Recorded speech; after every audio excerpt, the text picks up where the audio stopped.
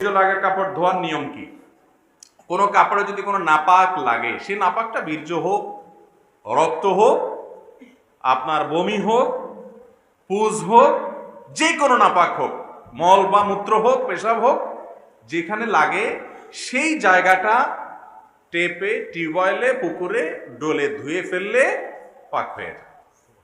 যেই জায়গায় লাগছে সেই জায়গায়, 3 জায়গায় লাগছে, ওই 3 জায়গায় আপনি ডোলে ধুইছেন, এমন ভাবে ধুইছেন যে নাপাকের কোনো আলামত নাই, দেখাও যায় না, কোনো দুর্গন্ধও নাই, দাগ টাগ নাই, দূর হয়ে গেছে, তাহলে সেটা পাক। কথা কি বুঝাতে পারছি? ডোলে ধুয়ে ফেললেন, শেষ। ডললেন, চিপলেন, ধুয়ে ফেললেন, হয়ে গেল। নাপাক লাগলে পুরা কাপড় ধোয়া জরুরি। আপনার যদি বলেন যে আমি পুরাটাই ধোবো, আমার অসুবিধা নেই, তো ধোন, এটা আপনার ব্যাপার, কিন্তু ইসলাম আপনাকে পুরাটা ধুতে বাধ্য করে না। যেটুকু লাগছে সেটুকু ধুলে কি হয়ে যাবে? পাক হয়ে যাবে। আর বীর্য পাক করার জন্য বিশেষ কোনো নিয়ম নাই, তবে হ্যাঁ, কোন কোন হাদিস